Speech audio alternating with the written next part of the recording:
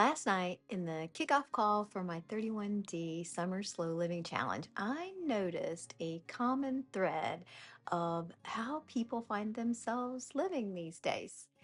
And perhaps you too share this commonality. So, how often do you find yourself trying to squeeze more productive time into your day?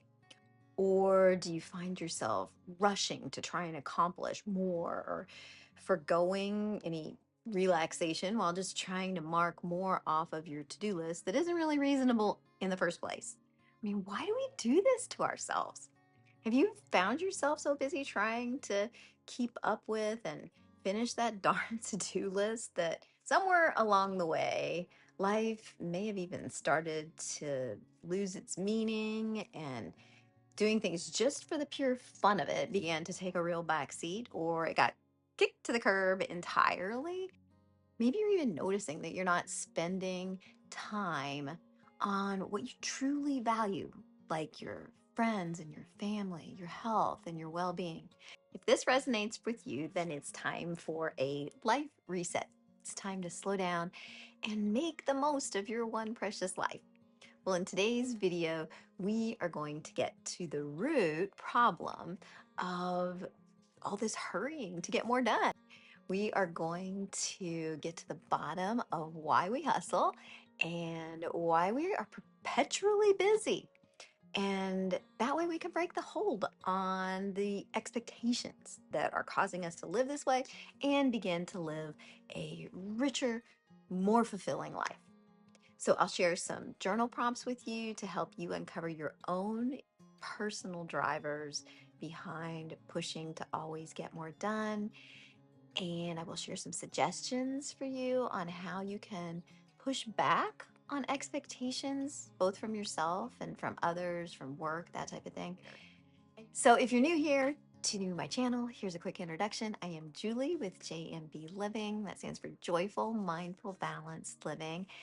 And here on my channel, I like to share practical suggestions and ideas to help you realign your life to live more intentionally and put things like wellness and enjoyment of your life back at the forefront. So let's dive in. So why do we do this? Why do we always work so hard and sacrifice living an amazing, fun, and fulfilling life because we're too darn busy? Well, if I think about it, the seeds may have been planted at a very early age. It's possible that growing up, you were fed the idea of the American dream. So, this idea that if you work really hard, it's going to be possible to be rich and successful and have and do it all.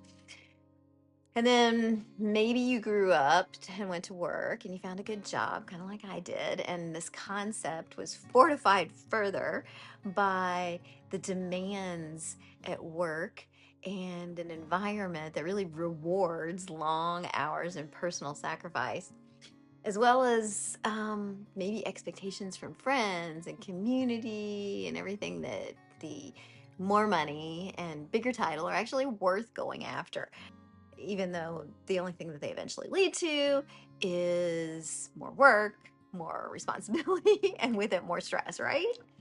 So that's definitely what I experienced when I was working smack dab in the middle of probably what we would call the height of hustle culture in the early 2000s.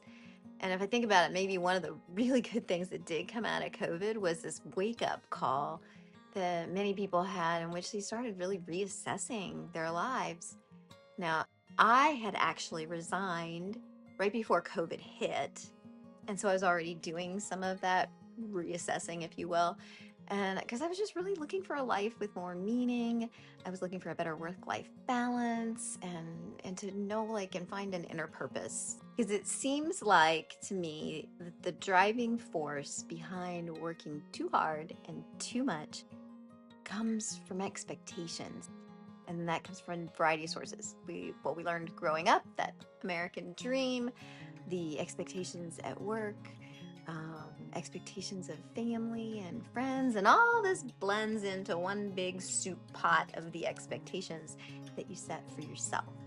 So let's dig in a little bit to your own personal soup pot of expectations with some of the journal prompts that I promised you that I would share with you. These are all in the description. So for now, you can just sit back, listen, and we can talk about them. And then you can find some quiet time later to journal and get your own unique answers. So here's your first prompt. How much of your self imposed pressure to accomplish things quickly stems from the expectations of others or of your thoughts of their expectations? So I want you to list who and what you believe that they expect. And then, secondly, with respect to the needs and desires from which these expectations stem, what are they afraid of? So, this can pertain to the expectations coming from family members, from friends, from managers, etc. And then think a little bit further about what your own fears and insecurities are that cause you to overwork as well. And then finally, are these fears reasonable? And do they justify the sacrifice of your time and potentially your health and your well being by all this overworking trying to alleviate the expectations? So, after working through these journal prompts, you are going to have a pretty good idea of the underlying pressures that you feel that are motivating you to do too much. So once you figure that out, what do you do? How do you make changes? Well, this is where boundaries and structure in your life come in. So in my 31 days summer slow living challenge on the first day, which was yesterday, we talked about and explored boundaries. And I'd like to read a little bit from the challenge to you. If you want to begin finding more space to enjoy your life, you're going to need to get really good at creating and maintaining boundaries. These are not only boundaries for how you allow others to interact with you, but equally important are the boundaries you choose to place on yourself. Begin by deciding what time is reserved explicitly for you. For most of us, the easiest times of day for this are mornings, evenings, or both. How much time can you set aside for you? And who do you need to communicate these boundaries to? Establish an end time for your days and decide now that you're going to honor this no matter what. This may feel uncomfortable at first, but this is a crucial step for regaining your time and your life. It requires a reordering of priorities, moving your happiness and wellness up where it belongs. If you're tempted to cross the boundary you set, ask yourself, if you only had a month to live, would you do whatever you're being tempted to do to cross the boundary? Typically, most things can wait. And if you let it wait, will it matter in a matter of months? And what is the worst that will happen if you go ahead and honor this boundary? So let's talk about a couple tips with respect to your personal quitting time at home. So the first thing you can do is to really shorten your list of things to do for the day. I mean, assess what's reasonable for you to accomplish and then cut it back even further, like way further. Try to just do like 3 things on your list and then stop doing the things that add little to your life, that little value to your life or to your loved one's life. And then third, um, make a plan for how you're going to get done what you want to get done in a day. Sometimes actually just simply making a plan for what you're going to do can help you realize whether the expectations that you're setting for yourself are reasonable. Also get really clear on what is really important to you as well. And then set reasonable time frames for when you're going to get things done or like for when you're going to meet a particular goal. You just don't have to do it all so fast.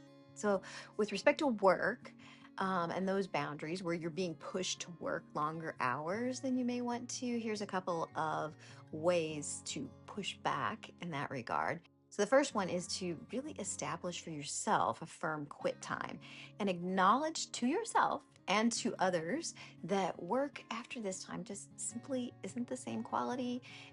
It's really well known that your thinking power, your creativity, your productivity, everything all begins to drop after a certain period of time. And so I would like reiterate that at work. And then the second thing is to fill your life with things you love to do. Have you ever noticed that people that have set things to do after work actually do work less overtime?